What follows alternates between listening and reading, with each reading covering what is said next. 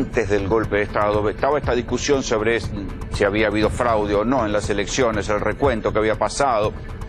Y había habido disturbios en diferentes ciudades de Bolivia y en esos disturbios se había agotado toda la existencia de gases lacrimógenos, bala de goma, todo lo que se utiliza para reprimir manifestaciones. De modo tal que cuando se produjo finalmente el golpe del Estado, cuando asumió Jeanine Áñez en la presidencia, no había, físicamente, no había ni bala de goma ni gases lacrimógenos. Y esto es lo que le terminaron pidiendo a la Argentina y a Ecuador.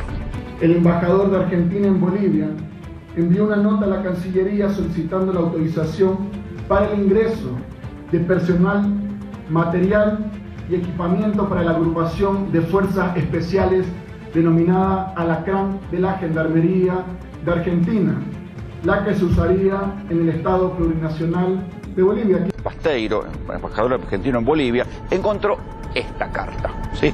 Una carta que yo les mostré el viernes pasado, firmada por el jefe de la Fuerza Aérea, el que está preso, dicho sea de paso, el comandante general Jorge Gonzalo Terceros Lara, que después el comandante dijo que la carta era falsa. Es esta carta que está acá, que decía que le agradecía al embajador que le hubiera mandado 40.000 cartuchos antitumulto 12 del 12, 18 gases lacrimógenos, una serie de granadas de gases lacrimógenos, como esta, que son las que yo levanté de la represión ahí en Bolivia.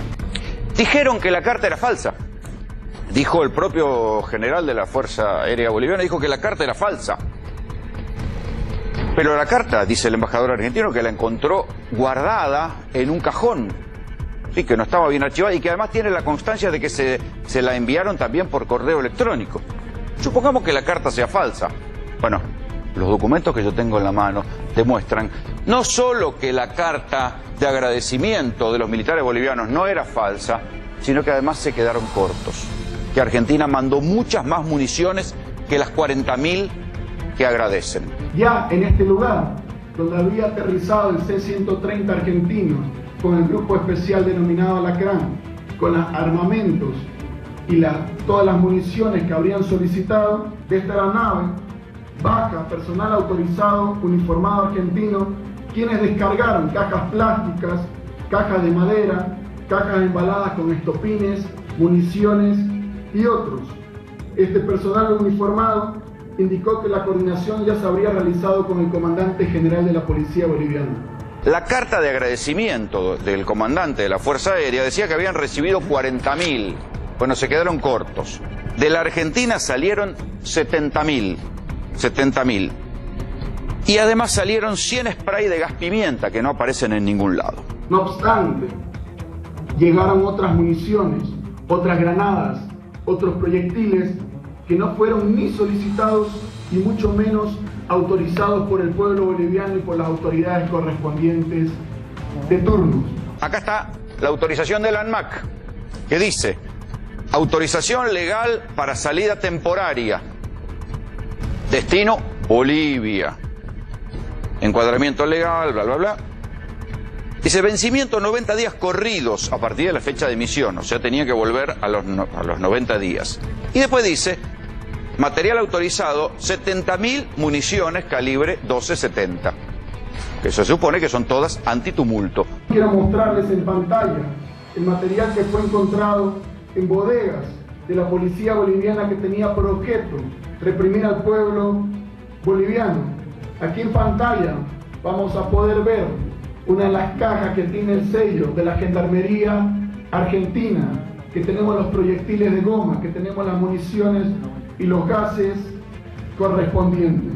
La duda es, sí, efectivamente, ¿qué pasó con esas 70.000 municiones? El jefe de la Fuerza Aérea Boliviana agradece por 40.000. En cualquier caso, 40.000 o 70.000 municiones antitumulto, vale decir, bala de goma para disparar a la gente, es mucho. Y ahí es donde se complica la situación judicial de los que autorizaron todo esto. ¿Quiénes fueron? ¿Fue Mauricio Macri? Si fue Mauricio Macri, en Bolivia lo espera un juicio porque se considera que haber colaborado en un golpe de Estado es un delito de sedición. ¿Fue Patricia Bullrich, que era la jefa de Gendarmería? porque nos va a decir el jefe de Gendarmería que él por sí solo mandó los alacranes a la embajada. Fue una decisión de Patricia Bullrich. ¿Quién cargó las municiones?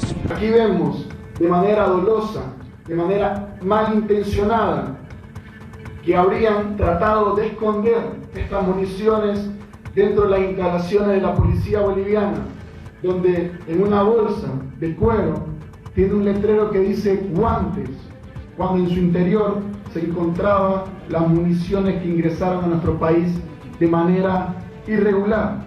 Tenemos los informes de descargo correspondientes, a través del cual el mayor Fernández demuestra de que esto ha sido entregado de manera irregular por el gobierno argentino al gobierno boliviano. Hasta ahora Mauricio Macri ninguna de las muchas causas federales que hay, causas en la justicia federal por corrupción, lo tenía preocupado. ¿Sí? Recuerden, el Correo Central, los peajes de su propia empresa que le mejoró la situación para después poder vender las acciones, los parques eólicos, la deuda externa contraída, casi sin firmar ni siquiera un decreto. Todas esas causas, creo que son más de 70 causas que hay en la justicia federal contra Macri, ninguna siquiera lo despeinaba. En parte porque ya sabemos que los jueces de casación lo iban a visitar a Macri, pero en parte también porque eran causas donde, bueno, era muy discutible y podían ser causas de interpretación política en algunos casos o de conflictos de intereses, que esto sería difícil de demostrar, y por ahora venía muy tranquilo. Tan tranquilo estaba Macri que ni siquiera se molestó en tratar de ir en una cabeza de lista para tener fueros, ni siquiera se despeinó para eso. Pero fíjense lo que es la vida. Cuando Macri se va y le deja, sin pelear, le deja todas las listas posibles a Horacio Rodríguez Larreta y deja caídos a Patricia Bullrich y a su primo Jorge Macri para que se arreglen con Larreta porque él ya no los iba a defender, y Macri se va a Suiza donde todavía está varado, salta esta historia, que es algo que es como un payaso. Nunca Macri se imaginó que esto iba a saltar, porque ni se debe acordar de lo que hicieron.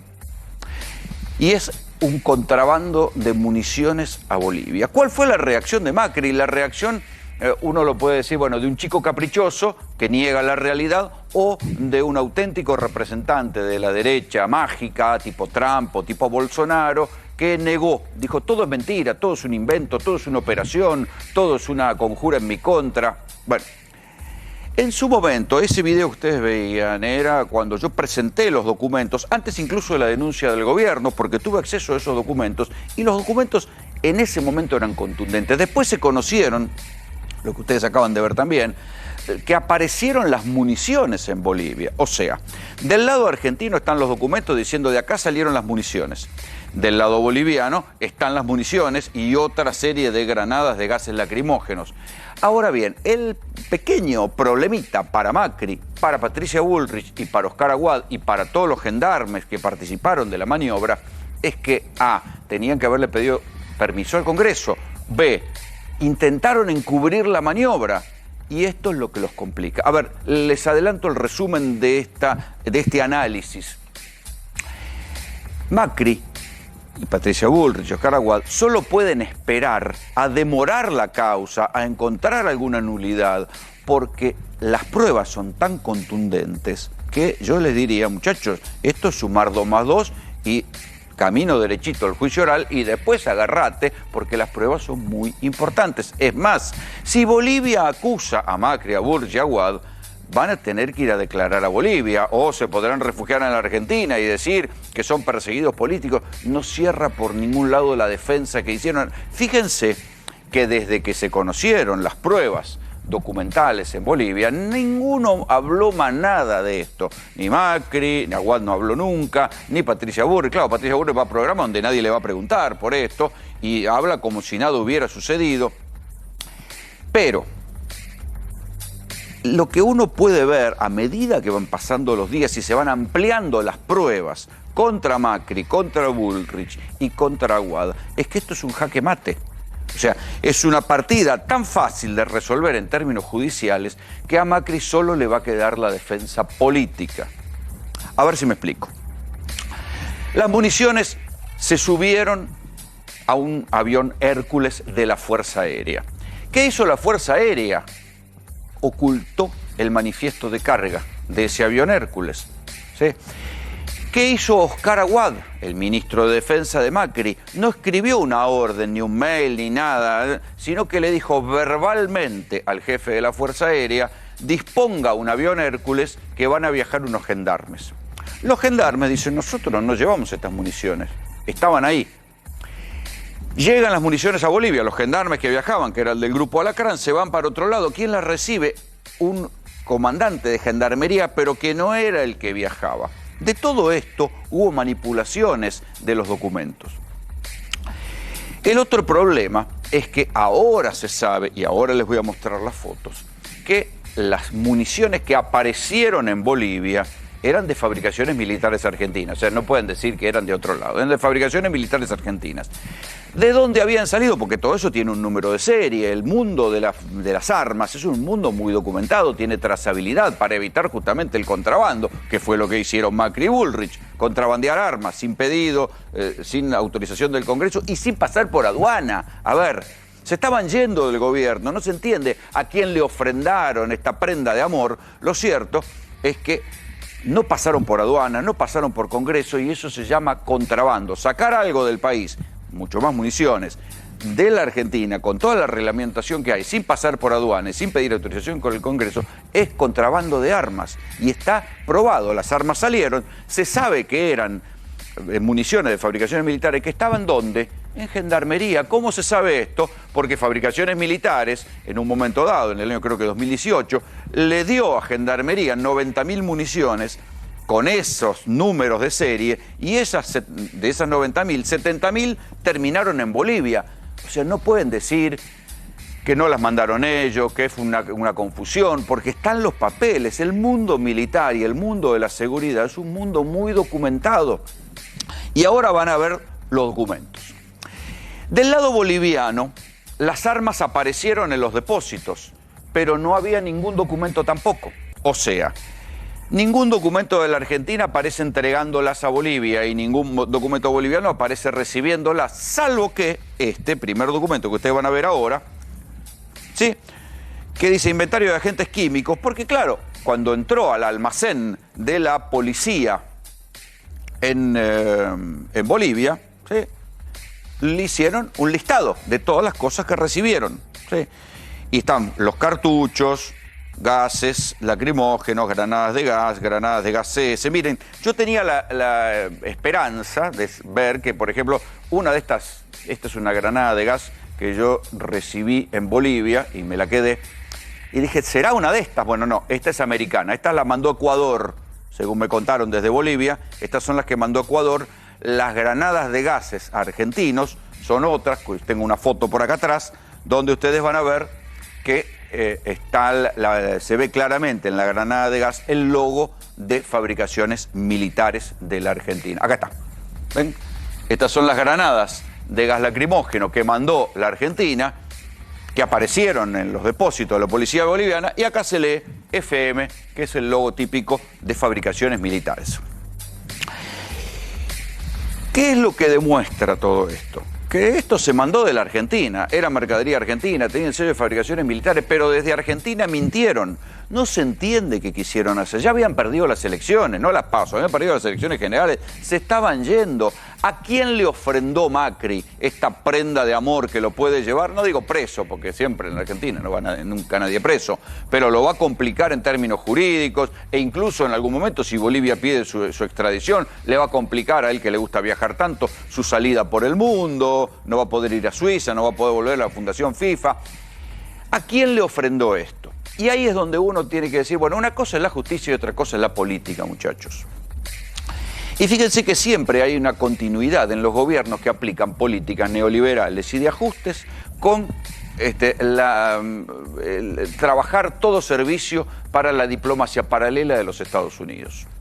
En la dictadura, por ejemplo, cuando estaba el neoliberalismo encarnado en Martínez de Hoz, la Argentina mandaba militares argentinos a Nicaragua para combatir contra los contras. En el gobierno de Menem, que el señor que decía que había que tener relaciones carnales con los Estados Unidos, esto se manifestó en una diplomacia paralela que mandó armas a Croacia y a Ecuador. Y recuerden que esto le costó a Menem estar preso. Y le costó un calvario de una larga causa que finalmente, por las triquiñuelas de la justicia argentina, terminó prescribiendo allá como a los 20 años y Menem zafó, pero siempre tuvo la espada de Damocles de las ventas ilegales de armas a Croacia y Ecuador.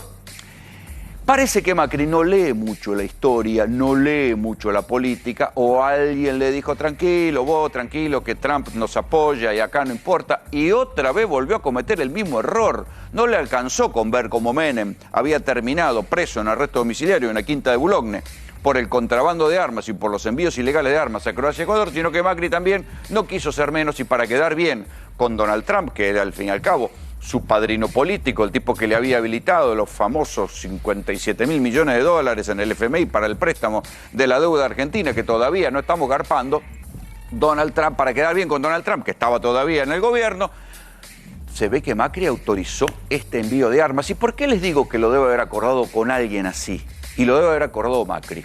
Primero, porque si no estuviera arriba el presidente, no se entiende cómo la ministra de Seguridad y el ministro de Defensa se pusieron de acuerdo para mandar las municiones a Bolivia.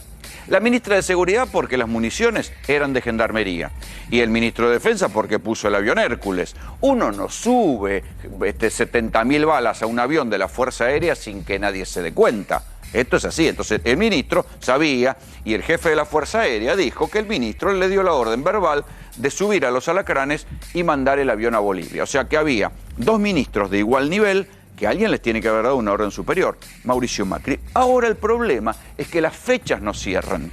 Fíjense la cronología. El golpe de Estado de Jeanine Áñez fue el 10 de noviembre. O sea, el golpe de Estado, mejor dicho, no el golpe de Estado.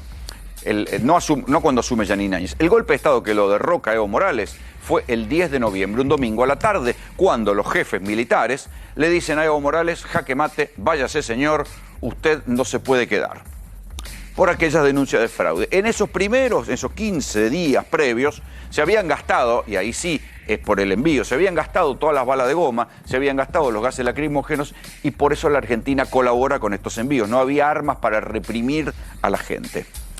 Pero insisto, Evo se va el 10 de noviembre.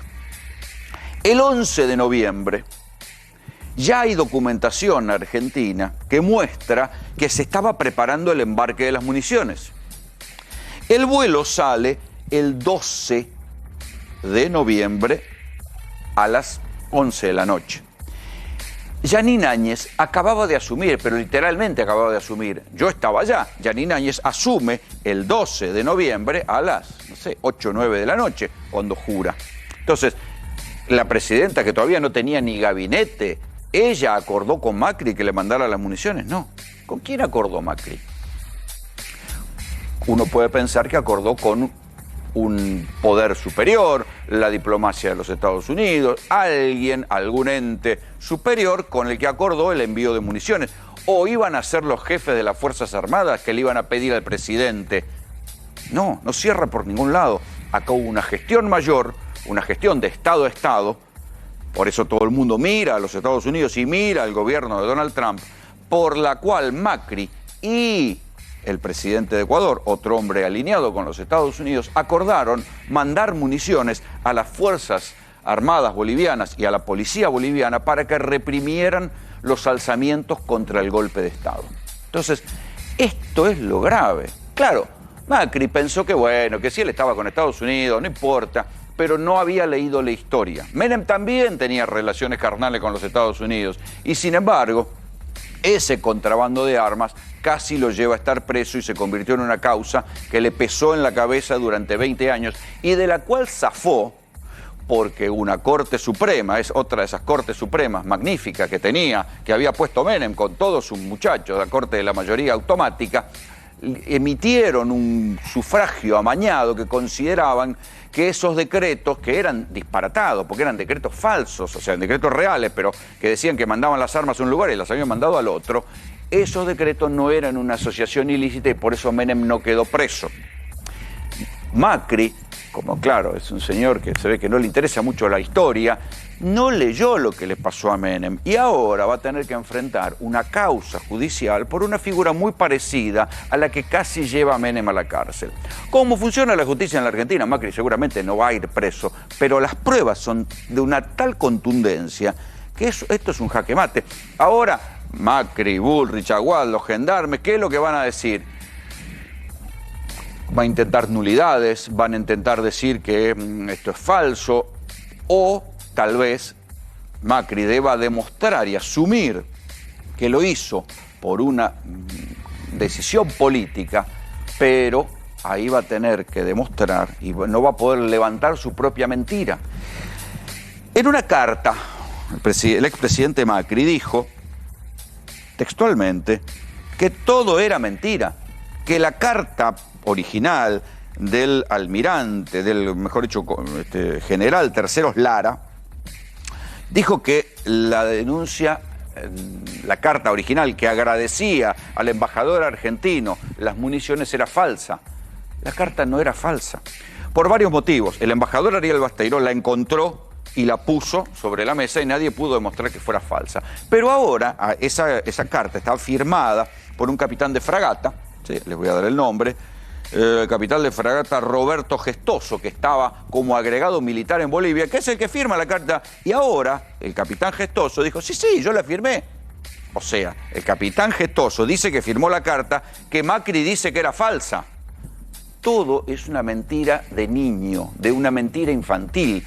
Este estilo Trump, de este estilo Bolsonaro, de decir que las cosas son mentiras y no presentar ninguna prueba en contra. Por eso ahora se llamó silencio, porque no puede decir más nada.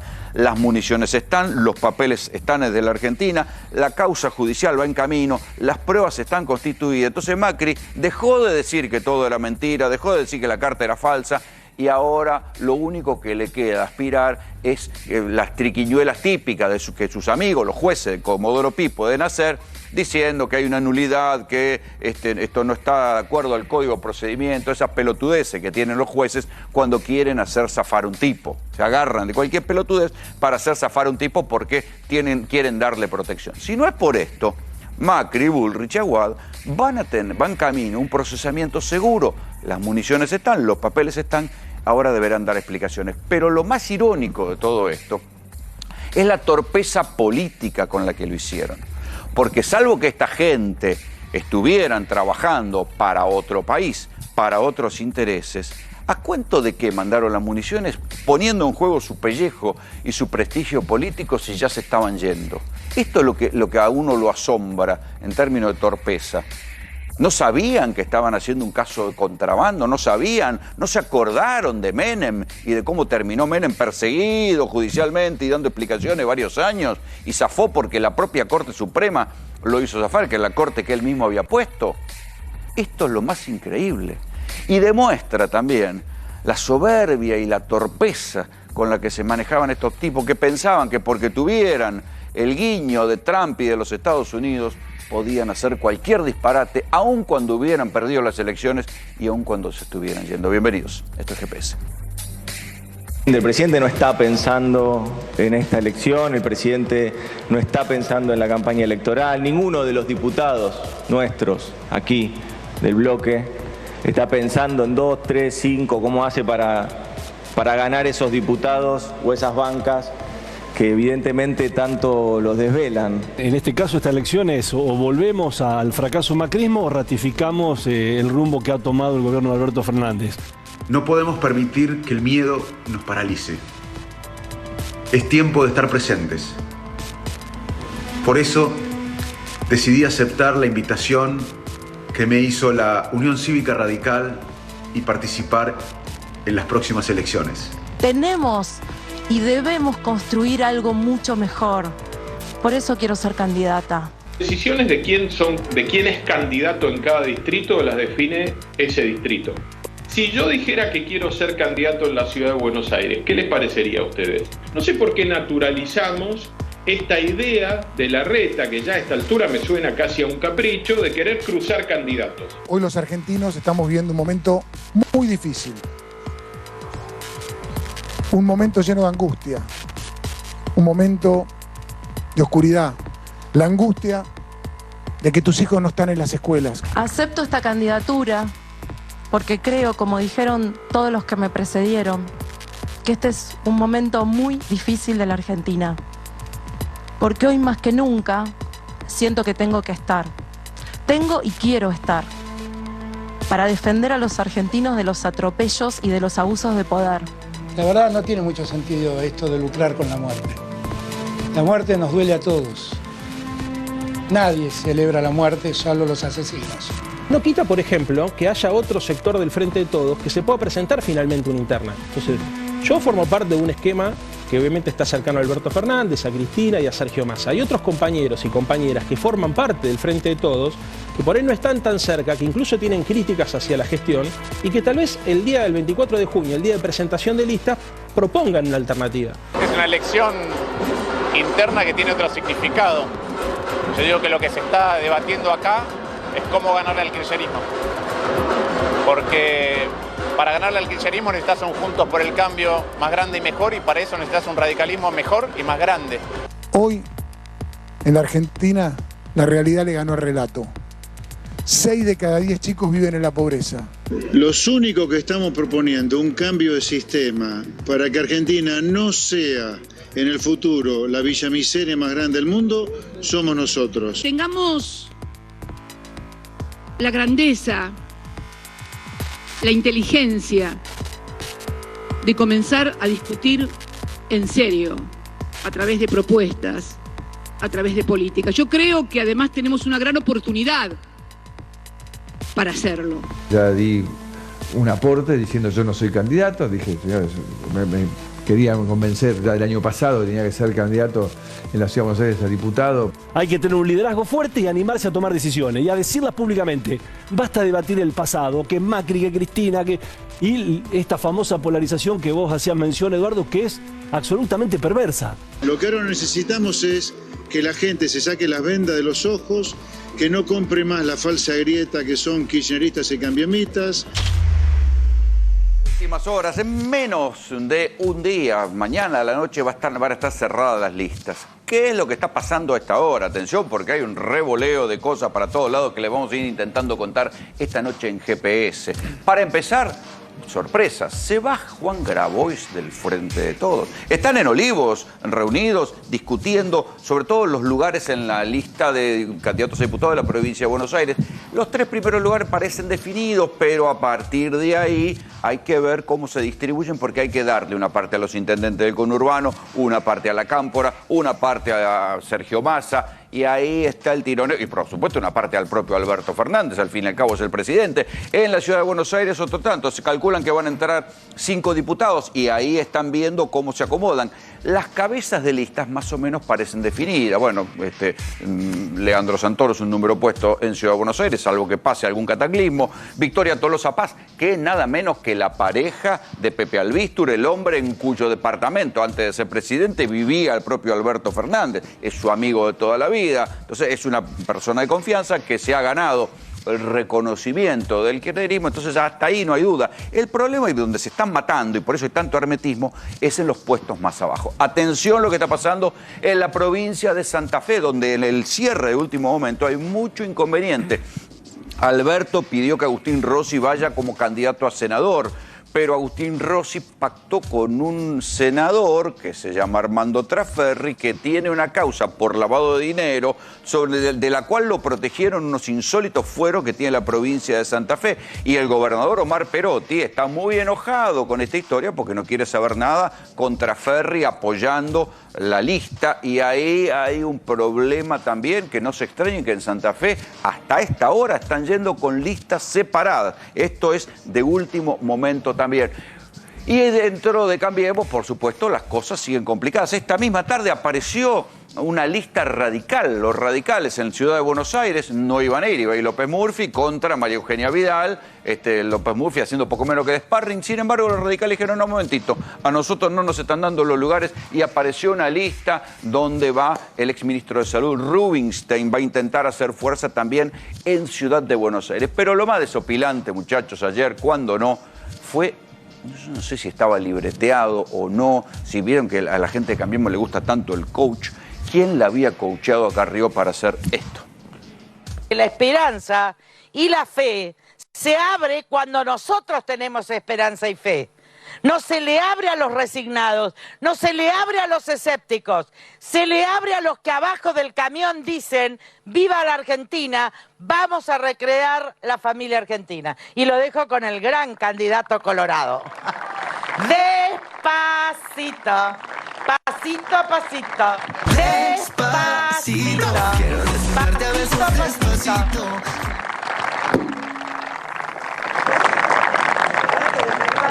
Como un junco me dejaste o no. Como un junco me dejaste o no.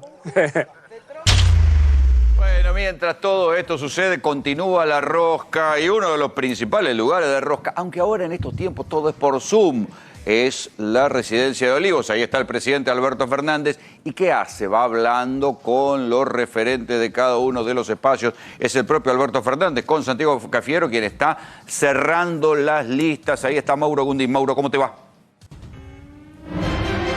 Hola Rolo, ¿cómo estás? Buenas noches para vos y para todos. Bien lo decís vos con respecto a lo que se está dando, porque toda esa rosca, porque todas esas conversaciones, porque todas esas reuniones se continúan dando y tiene como epicentro, lógicamente, aquí la quinta presidencial de Olivos, donde está el presidente Alberto Fernández, solamente hasta el momento acompañado por su vocero, Juan Pablo Biondi, porque hace minutos se retiró el secretario general de la presidencia, Julio Vitovelo, que fue el último en irse, luego de un día repleto de reuniones, algunas virtuales como las que se están dando en estos momentos, otras presenciales, porque, por ejemplo, vos dabas antes, Rolo, un nombre importante en todo este juego, Victoria Tolosa Paz.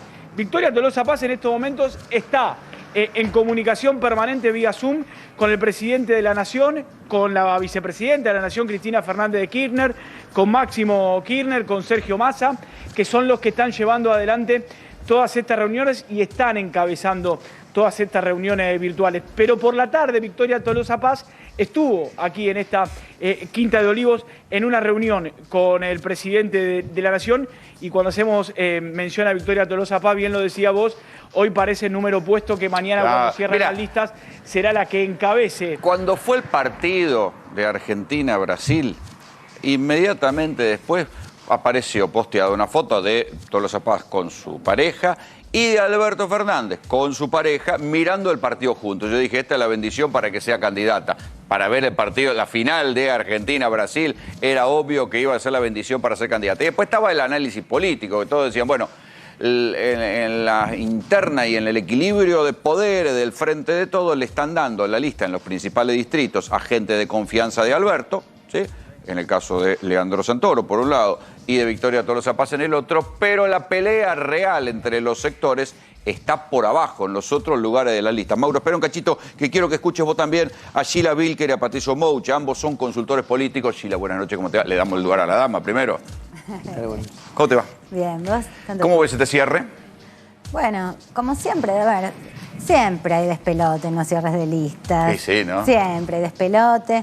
Creo que después de mañana a las 24 vamos a ver quiénes quedaron un poco más heridos, quiénes quedaron un poco más fortalecidos. Algunos que dijeron, de ninguna manera voy a bajar mi lista, se bajaron. Jorge Macri, Pose, O sea, todos estos que amagaron, sacaron pecho, después... No, es una escena repetida, digo, es parte del folclore.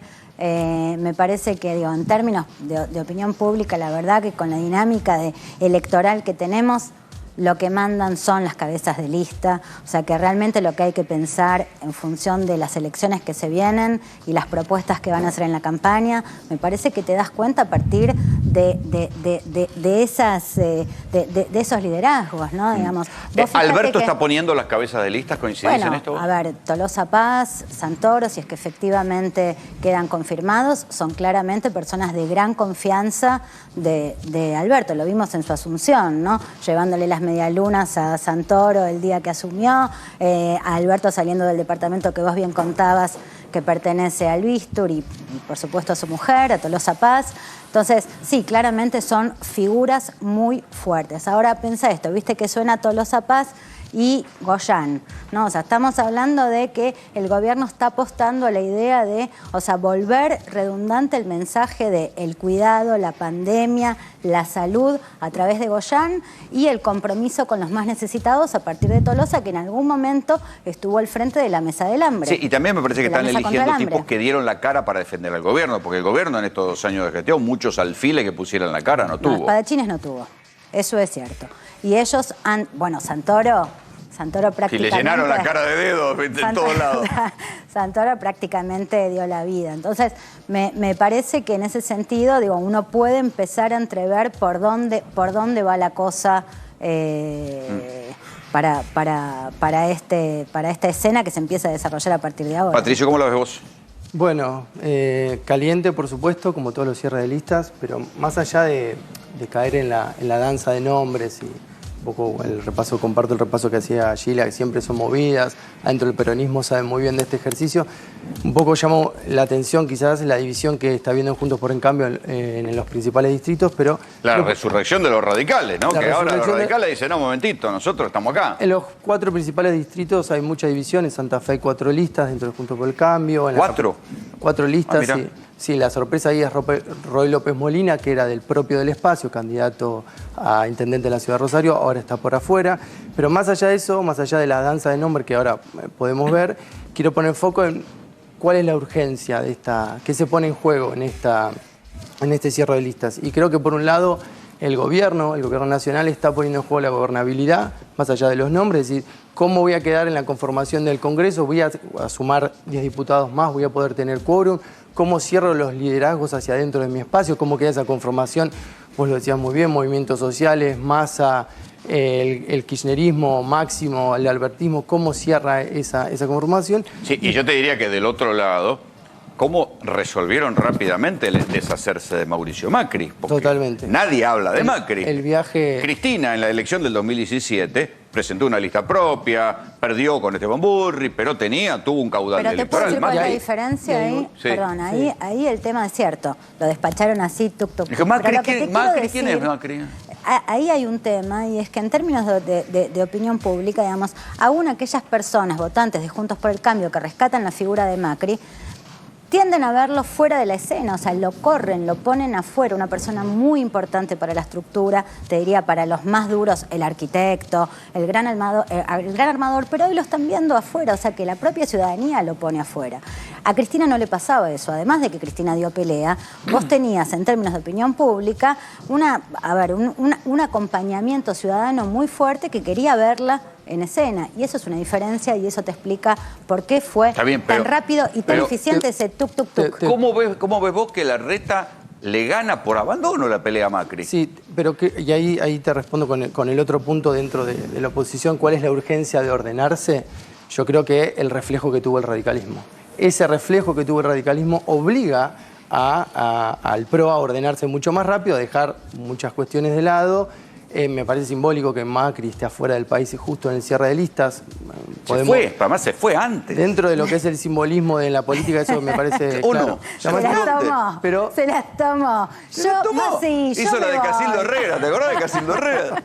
Pero creo que ese apuro tiene que ver con que la oposición, en la interna de Juntos por el Cambio, pueden estar definiendo el liderazgo para el próximo candidato a presidente. Creo que quieren, sobre todo los radicales, que vienen a decir, bueno, vengo a cobrar todas las que no me pagaste antes, yo quiero ser competitivo ahora, quiero poner los nombres y que eso me deje en escenario poner candidato a presidente. ¿Le ven chances a Manes en la provincia de Buenos Aires?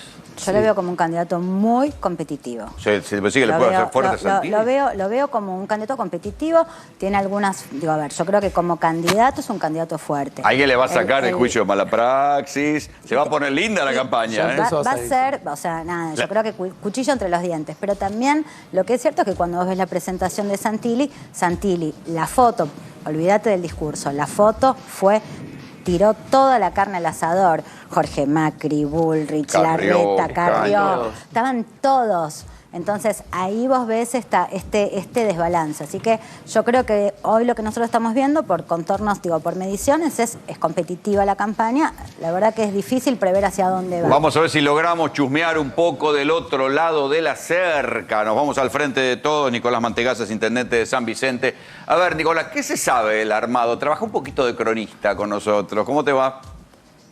Hola, ¿cómo estás? ¿Cómo andás, Rolando? Muy buenas noches. ¿Qué se sabe del cierre de listas? Son momentos importantes, previa a definiciones. Recién contaban un poco la danza de nombre, pero bueno, lo más importante lo vamos a conocer mañana seguramente. O sea, todo sí que todavía no hay nada, no está nada cerrado, más allá de Victoria Tolosa Paz, que todos la dan como segura candidata.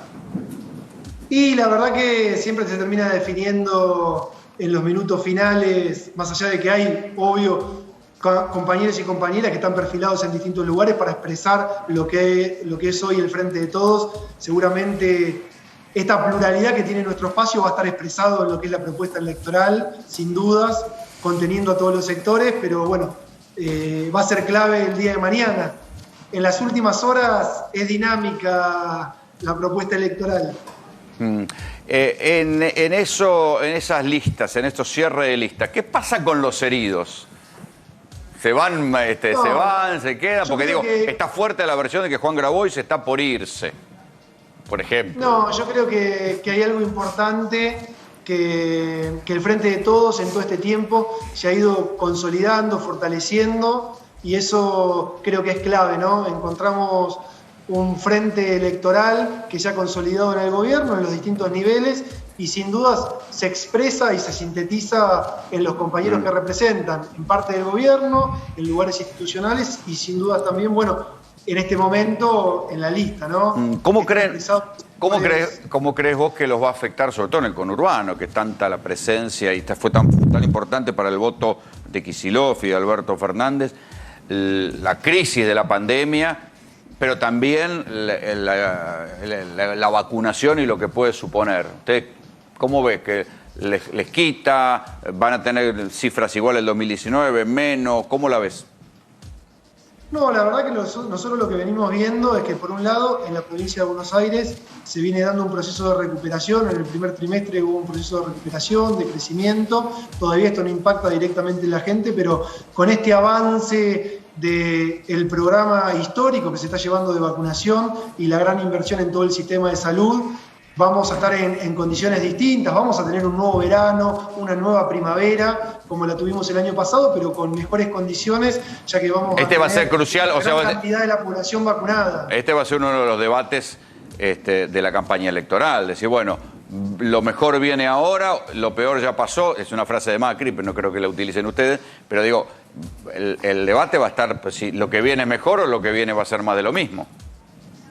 No, yo creo que sin duda es el momento más crítico de la Argentina en el contexto de pandemia, en el contexto económico, lo pasamos, ¿no? Recibimos un gobierno muy golpeado económica, financieramente, endeudado, con una crisis profunda. Recordemos, marzo del primer año de gestión, estábamos entregando la tarjeta alimentar, discutiendo el hambre en la Argentina, y creo que estamos sin duda en un proceso crítico que generó la pandemia porque agudizó todos los problemas de nuestro país y del mundo, pero sin duda lo peor pasó y estamos en una salida. Hay indicadores reales que hay reactivación, crecimiento económico, y también creo que el avance de la campaña de vacunación y todo lo que se hizo para que no sea un caos, una catástrofe como en países considerados del primer mundo, en la provincia de Buenos Aires ha sido clave. La decisión política del presidente y de nuestro gobernador Axel Kicillof, con el ministro Goyan al frente, la inversión que se hizo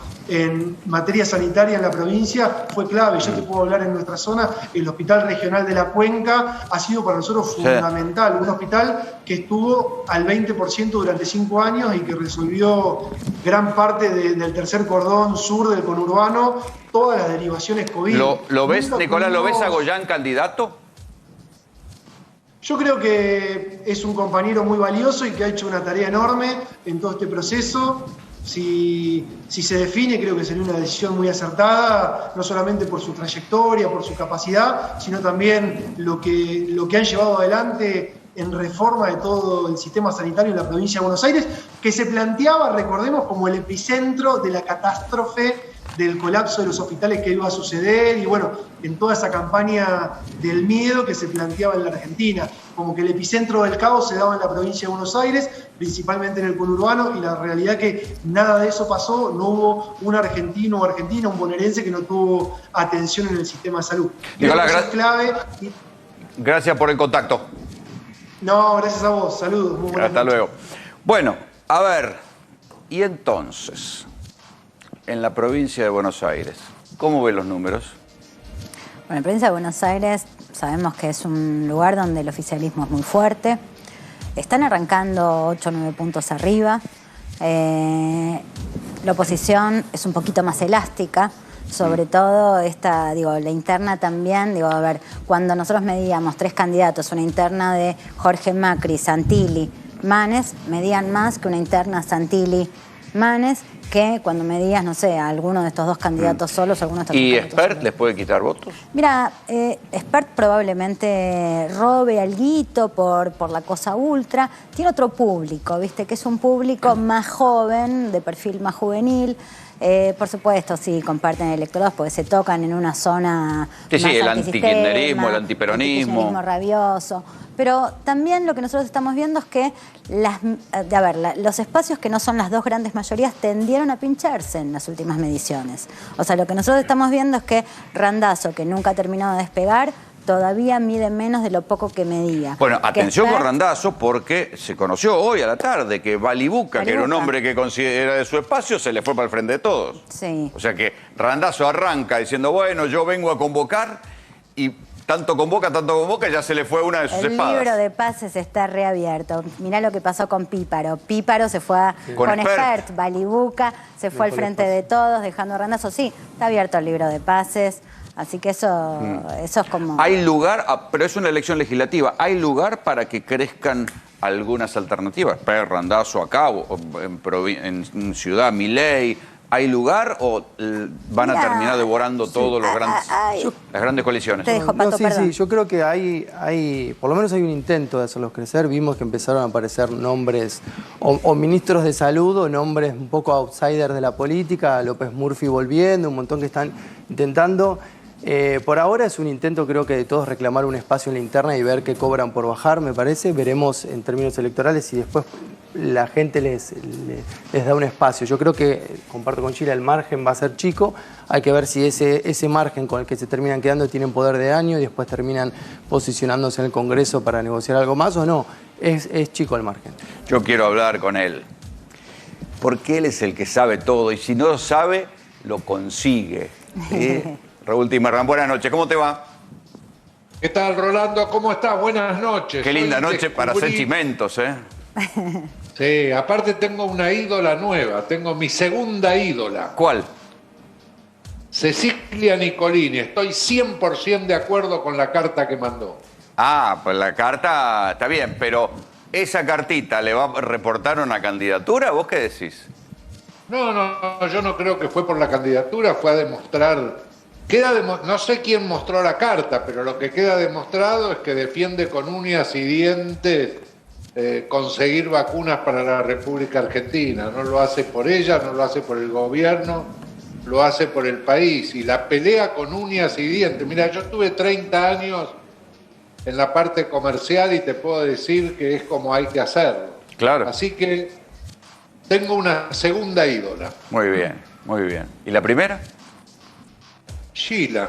¡Vamos! Hola, Raúl. Hola, Raúl. ¿Qué tal, Sheila? ¿Cómo estás? Raúl, Sheila es buenas una noches. ídola, la he conocido hace muchos años y es la persona que conozco que mejor interpreta el electorado. Raúl, usted hablaba de Cecilia Nicolini y de esa voracidad por conseguir vacunas.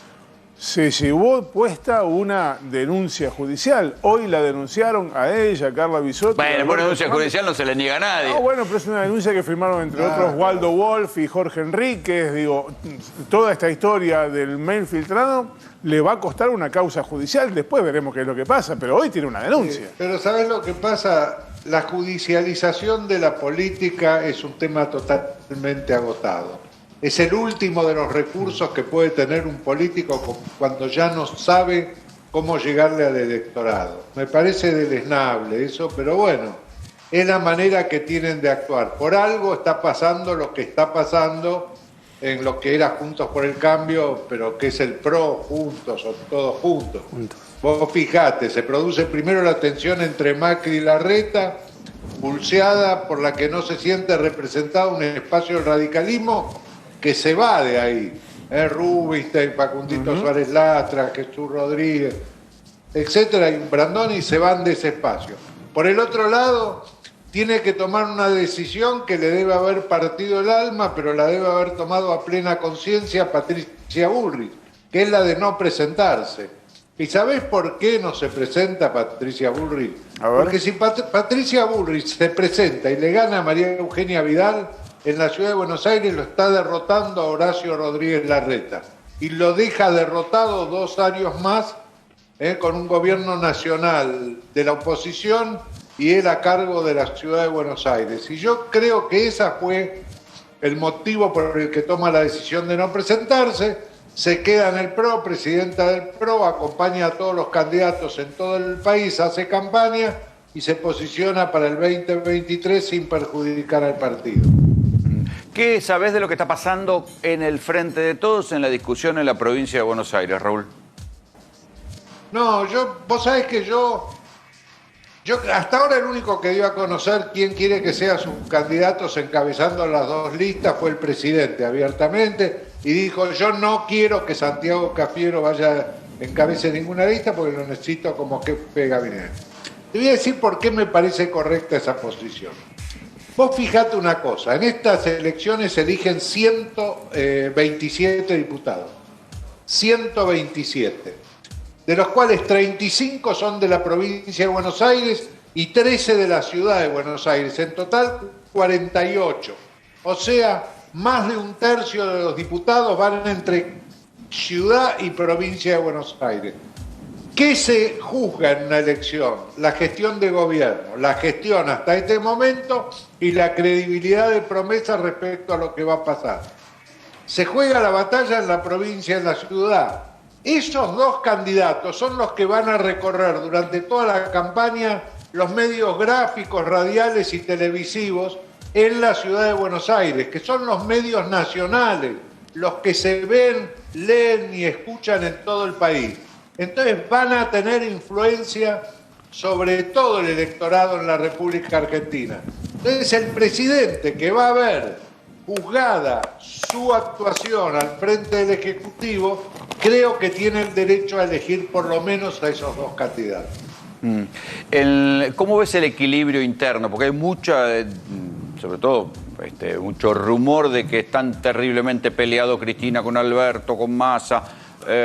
¿Vos ves algo de esto o es más exageración que otra cosa? Todo eso se está arreglando, todo eso se va a arreglar, todo eso forma parte en general de la confección de las listas. Hay muchos lugares en las listas, hay diputados nacionales en ciudad y en provincia, hay diputados y senadores provinciales en la provincia, hay legisladores de la ciudad en la ciudad, hay muchos lugares para lograr el equilibrio interno una vez decididos estos 2 primeros lugares. Yo creo que se va a llegar a un acuerdo y el gobierno, porque ¿sabes qué pasa? Es un gobierno, es una coalición de gobierno. No es que el fracaso de uno favorece a otro, el fracaso de uno arrastra a todos.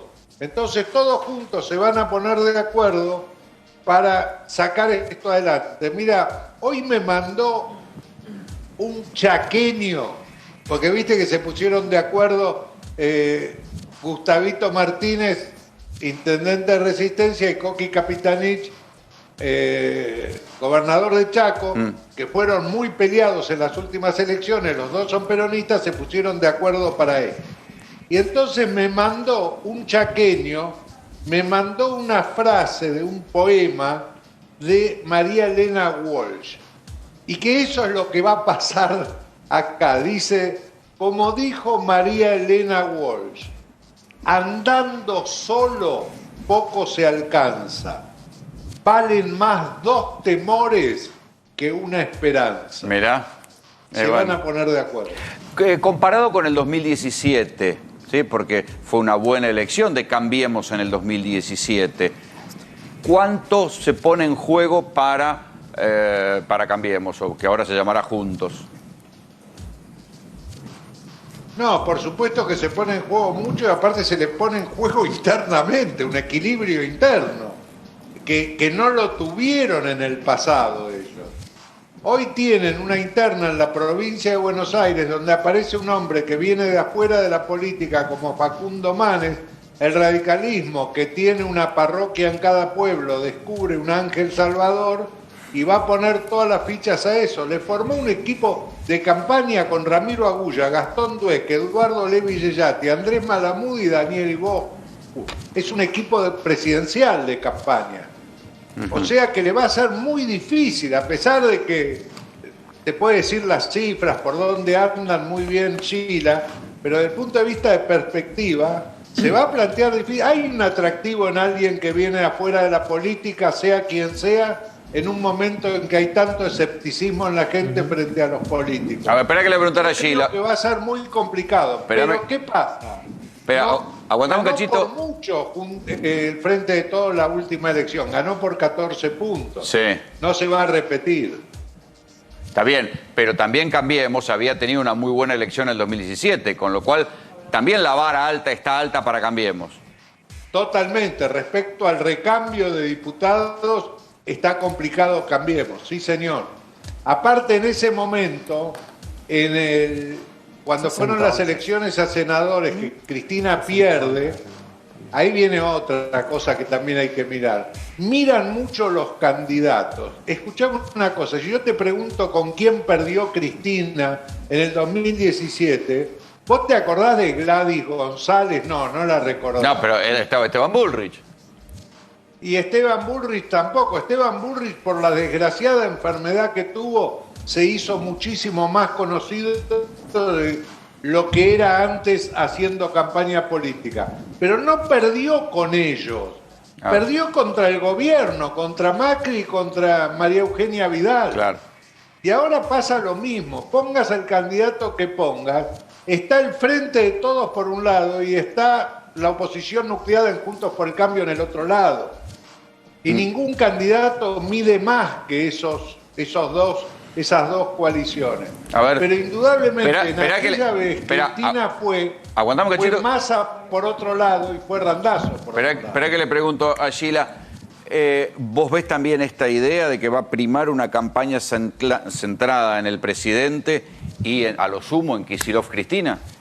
Bueno, a ver, está claro que la arena es nacional. O sea, que la gente va a votar pensando en la política económica, en la vacunación, en el coronavirus. En los grandes temas nacionales. ¿No? Digamos, de alguna manera no es una arena, digo, por más que la provincia elija, cada provincia elija los dirigentes de sus propias provincias, el carácter de la elección es nacional. La arena donde se piensa la decisión del voto es mayormente nacional. Te diría está bien, casi... pero está difícil para el gobierno entonces. Bueno, tiene por eso... pobreza y el coronavirus que no se termina. Esto y el descontento que hay por parte de algunos electores es lo que hoy representa una dificultad importante que va a tener que superar en la campaña del oficialismo. Sí, Patricia. Sí, estaba pensando en los temas, ¿no? Con qué vamos a estar debatiendo. Y vos decís la pandemia y el coronavirus. Quizás eso sea una oportunidad que tenga el gobierno. En el humor social comparto lo que recién decían, por eso esta posibilidad de que gente de afuera de la política, como Manes, tenga más posibilidades. Hay un humor social muy de mucho rechazo hacia la política. Entonces, o sea, vos ves un porcentaje fuerte de voto bronca. hay mucho voto bronca, la gente se quiere sacar de encima la pandemia, la quiere dejar atrás, estamos llegando al 50% de población vacunada. Si el gobierno llega a tener algún reflejo en la economía, yo creo que puede haber una especie de viento de cola, como se dijo en algún momento, de decir, bueno, quiero dejar atrás la pandemia. Entonces, si la oposición tiene que elegir muy bien el tema, si vamos a estar criticando como hasta ahora desde la oposición, qué es lo que está haciendo el gobierno en torno a la gestión de la pandemia y la gente se lo está queriendo sacar de encima, bueno, ahí quizás el gobierno tenga una oportunidad si logra alguna reactivación económica. Pero creo que es la pregunta, ¿cuál va a ser el tema? Igual yo creo que hoy hay mucho candidato de pandemia. Vos fíjate, mira, Rubinstein, médico, Bueno. Goyan, médico, Manes, médico, el propio Balibuca, si se suma, Claro. médico. Uno, O sea, de los temas justamente de Balibuca cuando hizo el posteo con la foto del presidente Fernández fue "La salud nos une". Fue uno de A los ver, posteos. le quiero preguntar a Raúl, ¿qué opinas de lo de Balibuca y los candidatos médicos que va a haber en las listas? Bueno, no es, digamos, el médico te cuida, digamos. Exacto. Hay una aceptación para escuchar a un médico. En una situación en la que hay enfermedad, uno busca escuchar a los médicos, no a los economistas o a los abogados. Quiere que los médicos le expliquen qué está pasando y cómo puede hacer uno para cuidarse. Bueno, Rubinstein va en la lista, al frente de la lista de los radicales en Ciudad, ¿no? Así es, Rubinstein va en la lista de radicales en Ciudad y vos sabés que en esa lista, digamos, el peso pesado no es Rubinstein, el peso pesado es Facundito Suárez Lastra. Claro. Y sin embargo va tercero, va Rubinstein en la cabeza de la lista. Yo creo que es una lista formada pensando mucho en el futuro, digamos, y no en el pasado, y en la situación presente donde un médico puede jugar un rol importante. Un médico que tuvo la valentía de decir, estando al frente de la salud en general, de decir no fue prioritaria la salud para el gobierno de Mauricio Macri. Otra manera que lo están enterrando a Macri, que se van deshaciendo de él, ¿eh? Bueno, sí, se van. Indudablemente Horacio Rodríguez Larreta tiene la suerte de que Macri tiene inconveniente para volver al país. Además. Realmente, eso es una suerte. Pero hay algo que te quiero decir, Rolando, que es importante y no se ha destacado. Dos de las cosas que se le han achacado muchísimo, tanto al kirchnerismo en el gobierno como al macrismo en el gobierno, este gobierno no tuvo un solo caso. No tuvo un solo caso de denuncia de corrupción. No tuvo un solo caso de los servicios de inteligencia haciendo inteligencia interna entre los políticos. Tiene la libertad de prensa de hacer un zoom recorriendo los canales y te vas a dar cuenta que nunca la Argentina tuvo el nivel de libertad de prensa que tiene en este momento, sin que eso mueva la pauta, sin que eso haga que la pauta se oriente hacia aquellos que apoyan el gobierno y sea reticente con los que no se apoyan. Hay un criterio y ese criterio se acepta.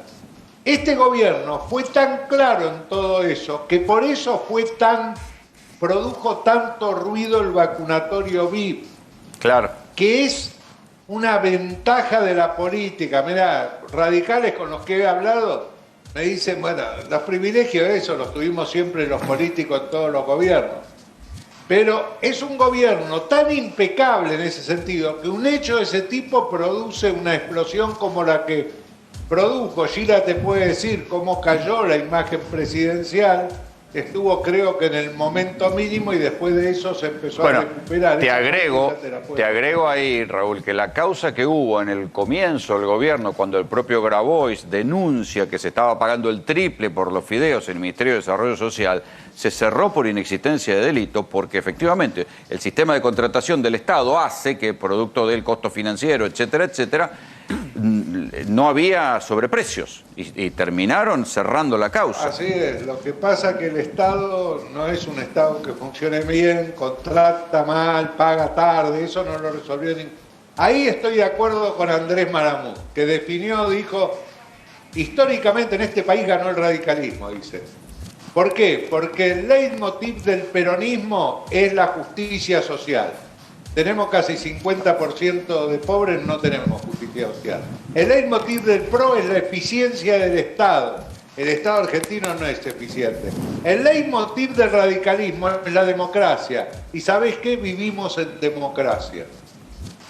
Sí, esa instalación quedó vigente. A ver, también digo, les pregunto a los tres, estamos frente a un escenario inédito de un gobierno justicialista, descontando el menemismo, digamos, que aumenta, en su gestión aumentó la pobreza. Bueno, ¿vos viste alguna vez en toda tu vida una pandemia? Es el mundo, sí. O sea... Está bien, pero los electores... Está bien, yo puedo entenderlo. ¿Los electorados lo entenderán? A ver, la pregunta... No estamos hablando de si es justificable o no es justificable, si es entendible o no es entendible. Estamos hablando de la cosa loca de que es un gobierno peronista en el que se disparan los índices de pobreza o se pierde poder adquisitivo en el salario, digamos, al revés de lo que uno esperaría, al revés de cómo ha sido históricamente las presidencias más cercanas al peronismo. Bueno, sí, también es cierto que es una situación inédita. O sea, estamos atravesando un momento que es totalmente inédito. En Argentina... pero habrá paciencia en los electorados para renovar el voto. Por eso quiero volver un segundo con lo de los candidatos médicos. Yo no concuerdo, que creo que es una decisión más obvia, pero no sé si es la mejor. ¿Por qué? Por esto mismo que vos mencionás.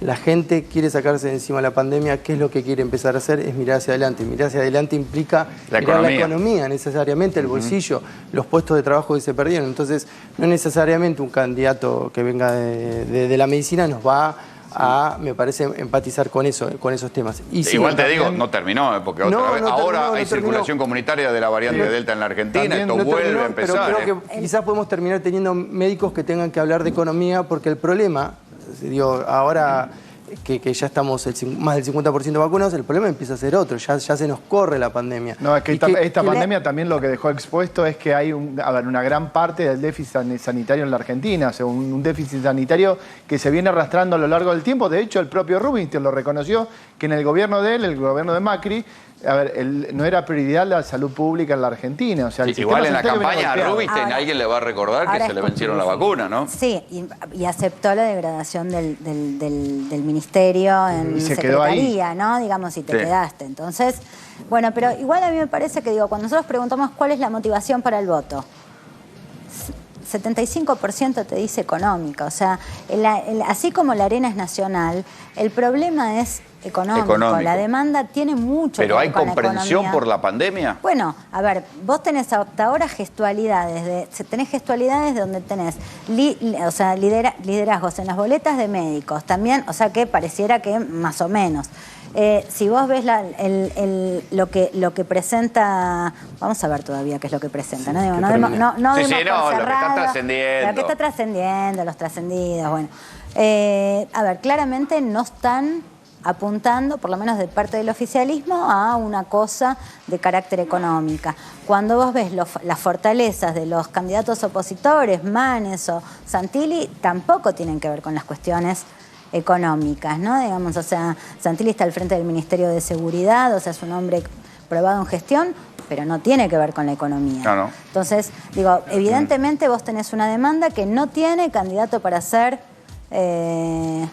no sé, encaminado, ¿no? A ver, Raúl, ¿la pandemia va a perdonar el aumento de la pobreza en el electorado? ¿Va a permitir una renovación de la confianza para la gente que votó a Alberto?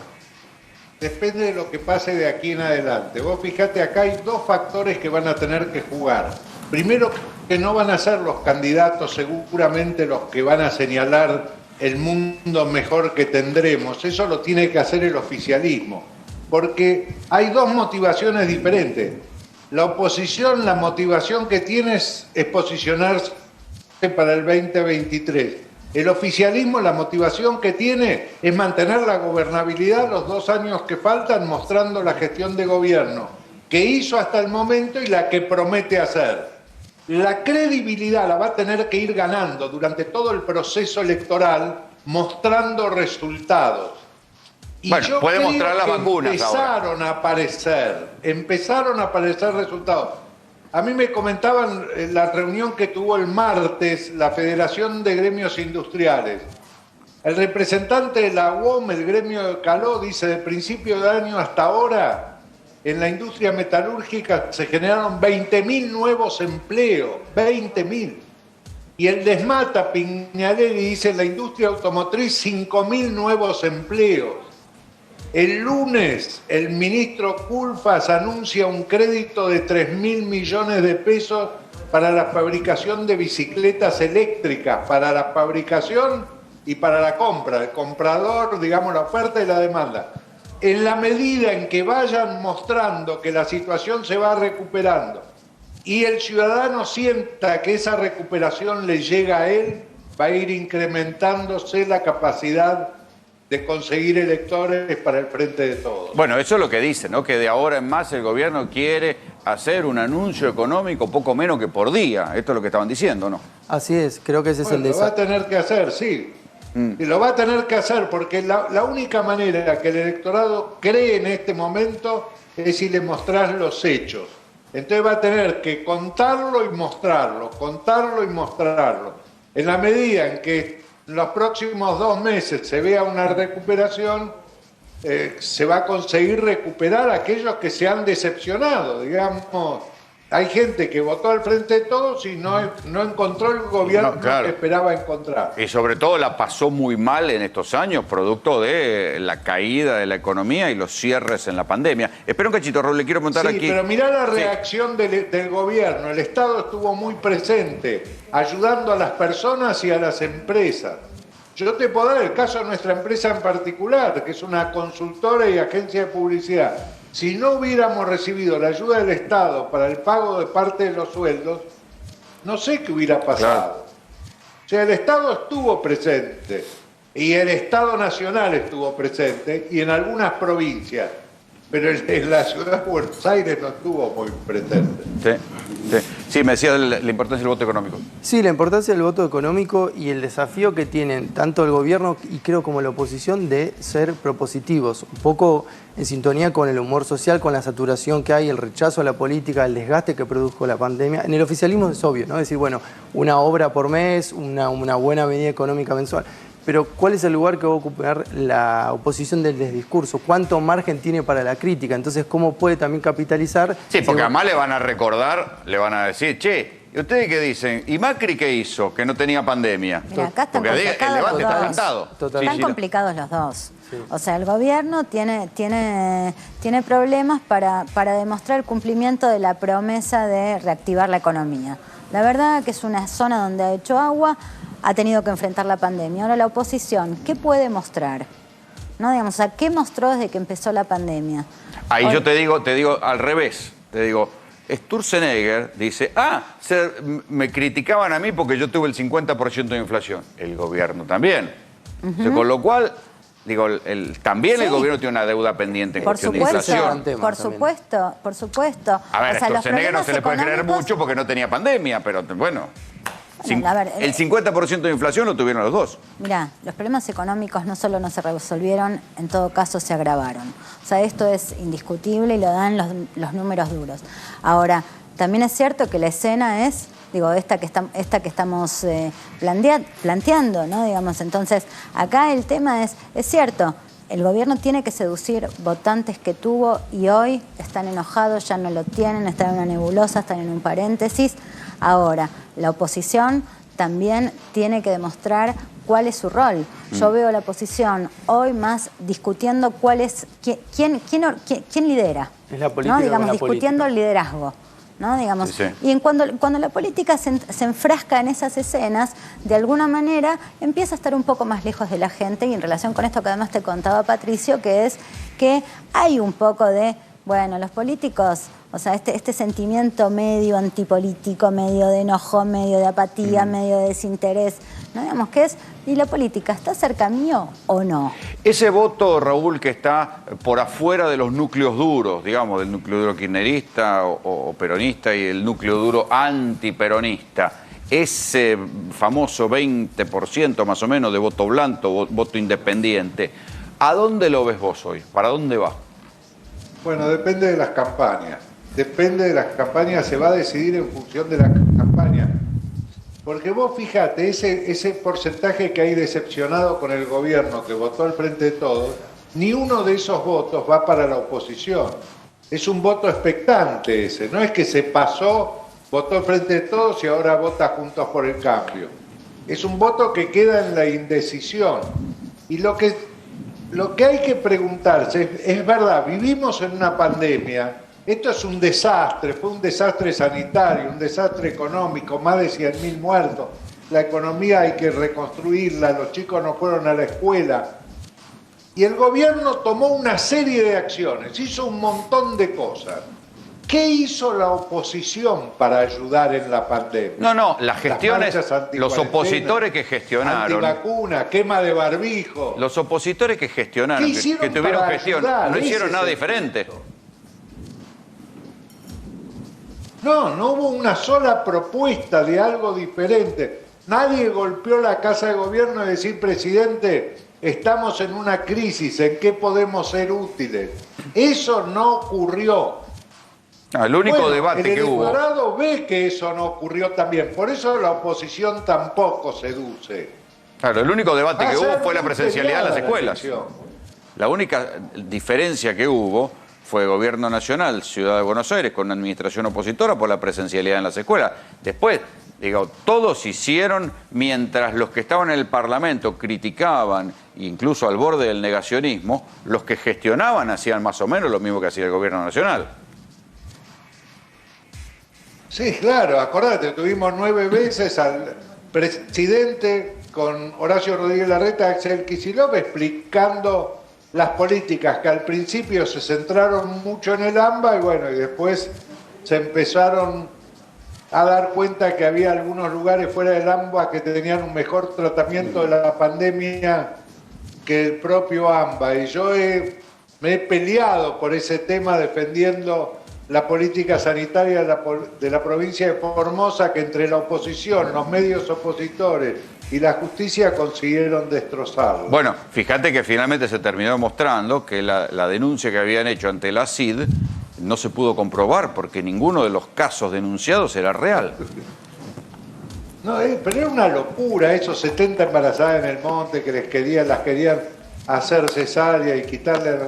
Era toda una locura, era una cosa de una locura inconcebible. No entiendo cómo tanto se prendieron en eso.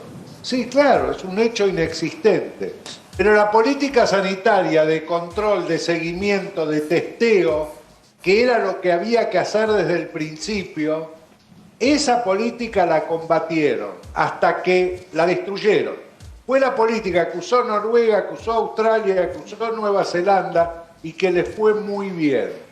Y si las usan ellos, está bien, es correcta. Si se usa en Formosa, Gildo Infran es un dictador. Bueno, ese es hay un tema en la Argentina que todo tiene que pasar por el AMBA. Fíjate una cosa, María Eugenia Vidal era vicejefa de gobierno de la Ciudad de Buenos Aires, fue gobernadora de la provincia y ahora vuelve a disputar en la ciudad. Santilli, vicejefe de gobierno de la ciudad, ahora va a disputar a la provincia. Todo ocurre, la provincia de Buenos Aires está condicionada por el conurbano, porque decide el voto en la provincia. Quiere decir que este es un país centralizado en el AMBA, hay un ambacentrismo que va a haber que terminar alguna vez con eso. Lo otro no es el resto del país. Cada provincia tiene su identidad, su cultura, sus costumbres. No puede ser que todo se mire desde el AMBA, que los ministros sean del AMBA, que toda la administración sea del AMBA, que todo se dirima en el AMBA. Algún día vamos a tener que terminar con eso, si no, nunca vamos a tener un país en serio. Raúl, usted dice que el gobierno no terminó de colmar las expectativas, por un lado, y que la oposición no entusiasma. ¿Se viene un proceso electoral con más voto en blanco que habitualmente? No creo, no creo porque nunca hay voto en blanco cuando la gente busca una salida. Pero entonces Acá el tema es, ¿qué va a hacer el Ejecutivo de aquí en adelante y qué me va a decir cómo vamos a salir de la crisis pandémica? Si yo le creo, apoyo al Ejecutivo. Y si no le creo, voy a escuchar a la oposición a ver qué me dicen. Eso va a funcionar en todos aquellos que no tienen un voto decidido. Los que tienen el voto decidido no le importan los hechos, le importan los sentimientos, las sensaciones, lo que perciben. Los hechos objetivos no los miran. El núcleo duro que está en contra del gobierno está absolutamente en contra de todo lo que el gobierno hace y no hace, sea bueno o sea malo. Está en contra porque es del gobierno. Entonces ahí no hay posibilidad de convencer a nadie. El gobierno tiene que gobernar para todos, para esos también. Esos se van a ver beneficiados si la política del gobierno es buena. Sí, por eso se dirime la seducción del voto blando. Votos para seguir. Por eso se dirime la cuestión de la seducción del voto blando o del voto independiente, ¿no? Porque ese es el que va a terminar inclinando el fiel de la balanza. Raúl, te agradezco como siempre el contacto. Te mando un gran abrazo. No, al contrario, muchas gracias a ustedes, muchos cariños para Sheila. Gracias. Chao, chao. Bueno, y entonces, ¿vos no ves grandes sorpresas de acá mañana? Y con lo que termina después traccionando y ordenando el modo en que se agarra la boleta, ¿no? Porque eso también forma parte de la ingeniería y la arquitectura electoral, ¿no? O sea, cómo se va a leer el despliegue de la boleta. Bueno, no veo que vayamos a tener grandes sorpresas por lo pronto. Ni grandes heridos. Bueno, los heridos siempre hay. Heridos vamos a tener. Lo que digo es, bueno, veamos cómo se equilibran cómo se equilibran los distintos actores de la coalición. Recién Raúl decía, esto es una coalición, le va mal a uno, le va mal a todos. No es que acá, no existe dentro de estas disputas internas el te salvas solo. Entonces, me parece que por el lado del oficialismo no creo que veamos grandes nada.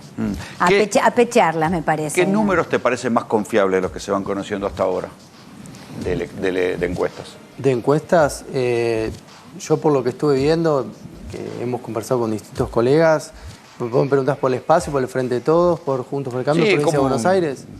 Sí, de ciudad y provincia. Sí, mira, yo estuve haciendo un poco un repaso de los números y lo que estuve viendo es que, espera que los tengo por acá. No me acuerdo.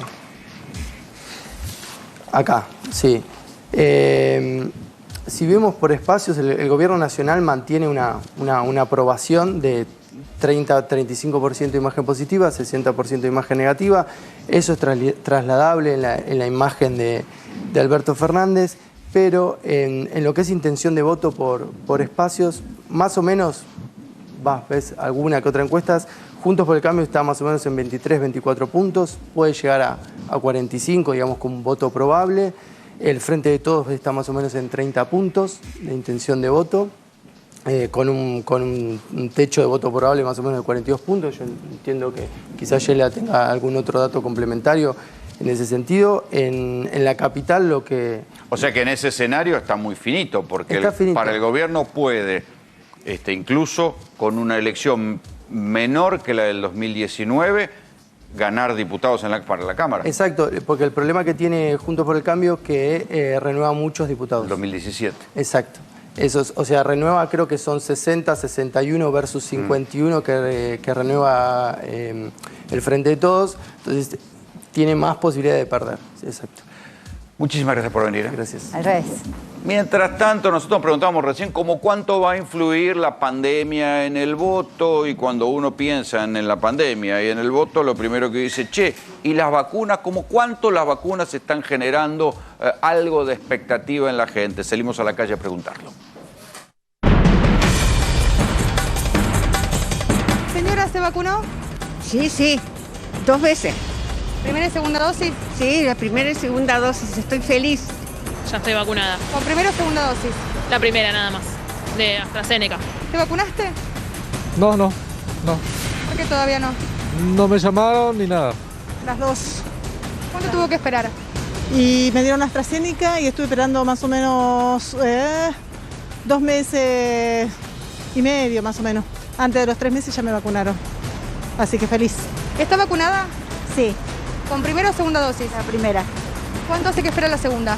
2 meses. ¿Estás vacunado? Sí. ¿Con primera o segunda dosis? Primera dosis. ¿Cuánto te falta para recibir la segunda?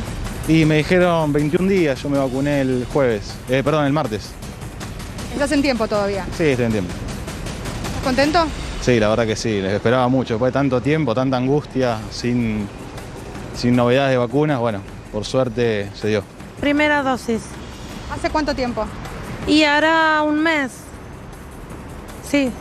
¿Estás esperando la segunda? Sí. ¿Te vacunaste? Sí, la AstraZeneca el domingo, la primera dosis. Y nada, bien. Tuve un par de efectos, una noche y al día siguiente estaba joya. ¿Cuánto tiempo esperó para recibir la segunda dosis? Para recibir la segunda dosis, 3 meses. Me di las primeras dosis hace 15 días, así que todavía no estoy en fecha. Me vacuné el lunes, así que 56 días más me dijeron que tenía que esperar. ¿Estás aliviada? Sí, la pasé bastante mal igual el primer día que me vacunaron, al otro día estuve en cama todo el día. Mi abuelo y mi viejo fallecieron el mismo mes, los dos por COVID. Así que, nada, el hecho de que me haya vacunado fue un alivio para la familia.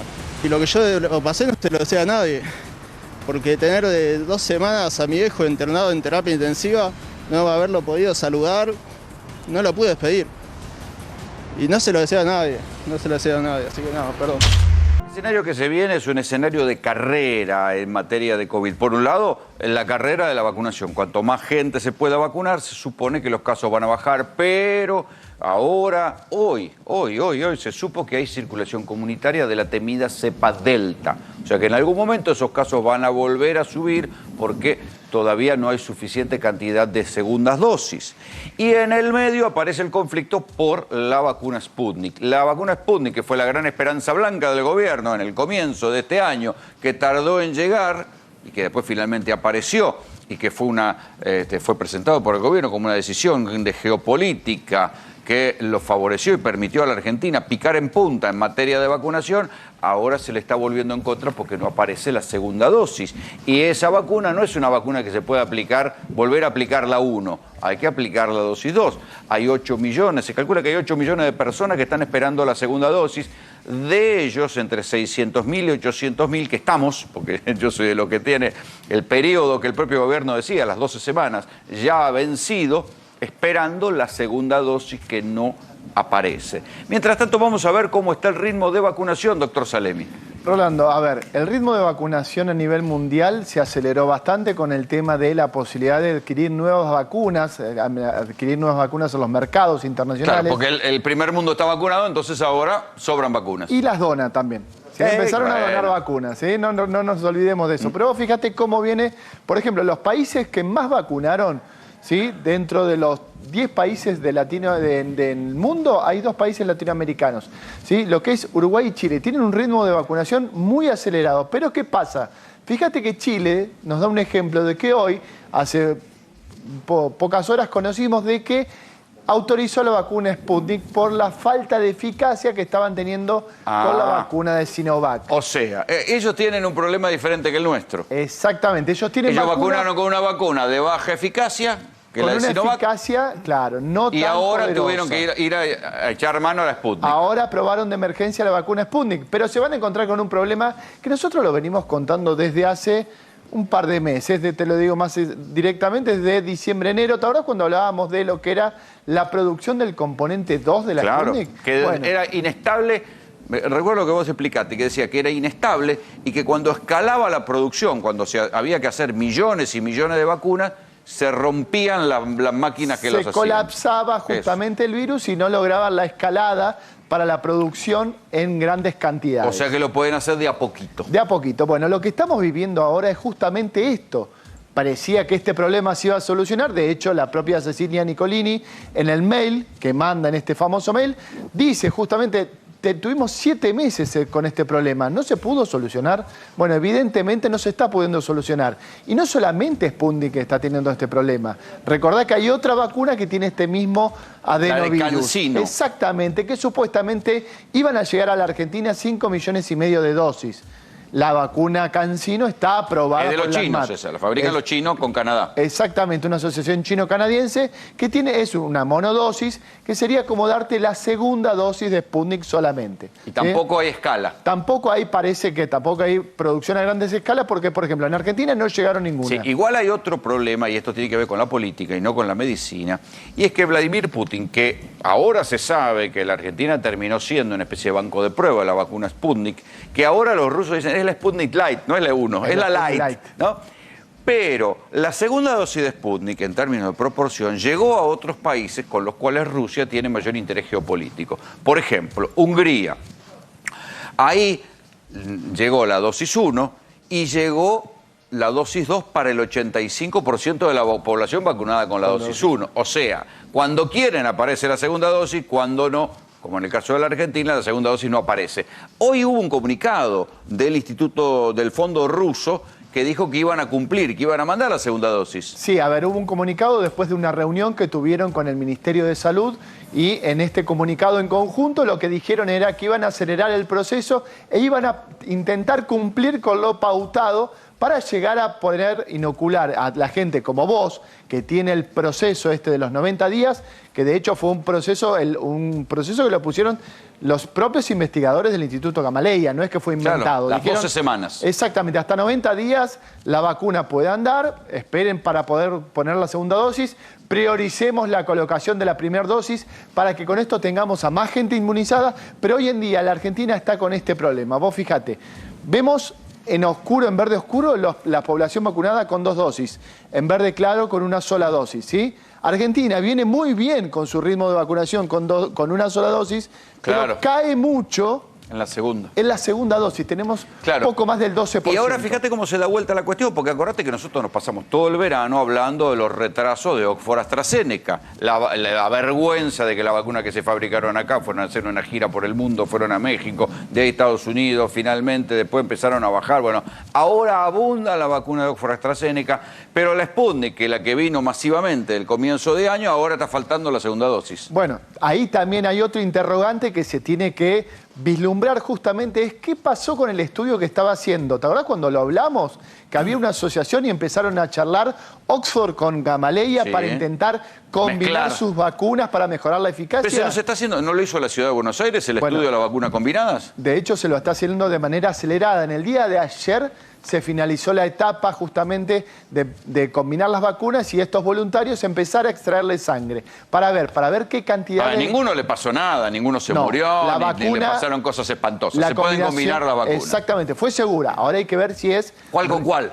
¿Cuál con cuál y cuán eficaz es combinar estas vacunas? Claro, la Argentina tiene un problema porque ya se sabe que en el mundo se están combinando vacunas de ARN mensajero con vacunas de virus, ¿cómo es? Adenovirus. Adenovirus. Bueno, pero ¿qué pasa? En la Argentina hay pocas vacunas de ARN mensajero que serían las de Moderna y las de Pfizer. Se podría utilizar las vacunas de Moderna que llegaron para compensar la segunda dosis de Sputnik, pero el gobierno ya se comprometió que esa vacuna de Moderna van a ser utilizadas como dosis para los adolescentes con comorbilidades. ¿Cuántas quedarán disponibles? Y ahí te pongo otro problema más que puede llegar a ver. ¿Por qué van a priorizar a los adolescentes con comorbilidades con las 2 dosis y no van a priorizar a los adultos mayores con las 2 dosis?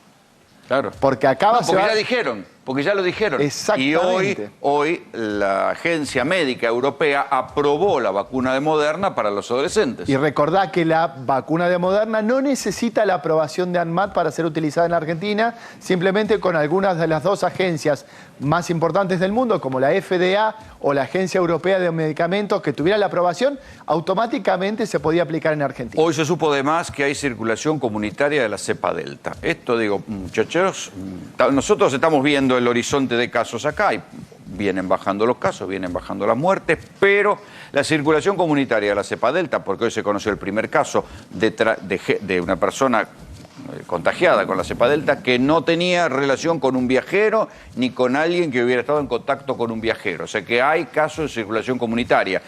Si uno mira la proyección para adelante, dada la contagiosidad de Delta y dado que este caso que se conoce hoy es un caso de alguien contagiado hace 15 días, porque esto es lo que tarda el Instituto Malbrán en detectar una cepa, uno puede decir, bueno, ya hay circulación de la cepa Delta, por ahora es poco, pero ya se sabe que la cepa delta gana el partido contra las otras cepas.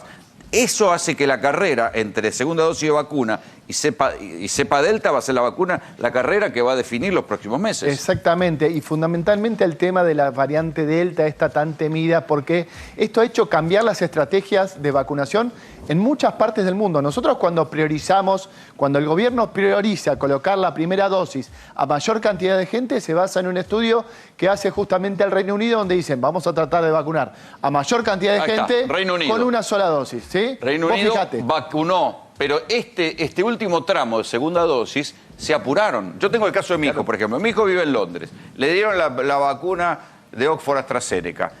Y en un momento dado le dijeron, casi con muy poca ventanita, le dijeron, bueno, la segunda, viejo, date la segunda dosis. Porque, ¿qué pasa? La eficacia de la vacuna contra esta variante delta es mucho menor. Más allá de que empiezan a haber un montón de investigaciones que se están empezando a usar. Hoy acaba de salir una que dice que Oxford, una dosis, protege contra la cepa delta. ¿En qué quedamos? Sí, por eso te digo. Dicen una cosa, después dicen la contraria. Más allá de que hay un montón de investigaciones, lo que tenemos que ver es la realidad.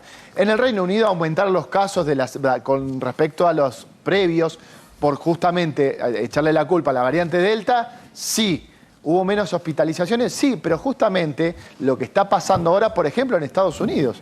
Los no vacunados, vos sabés cómo está aumentando la curva de hospitalizaciones en el día de hoy, es temible. Bueno, no solo, en Reino Unido, esta semana hubo tal cantidad de gente que se tuvo que aislar por la cepa delta en diferentes ciudades, que hubo escasez de alimentos. La gente salió en masa a comprar otra vez los alimentos. Vamos a seguir con esto en el próximo bloque. Atención también, porque nosotros les venimos contando el escándalo que hay en la Corte Suprema, porque hay una investigación que está avanzando ya judicialmente, se ha constituido en una causa judicial para investigar nada menos que a una de los miembros de la Corte, Elena Hayton de Nolasco, que se atornilló, hizo una triquiñuela para quedarse en su lugar y que no se jubilara. Se tenía que jubilar a los 75 años, no se jubiló, sigue atornillada, lo cuenta Néstor Espósito a la vuelta en GPS.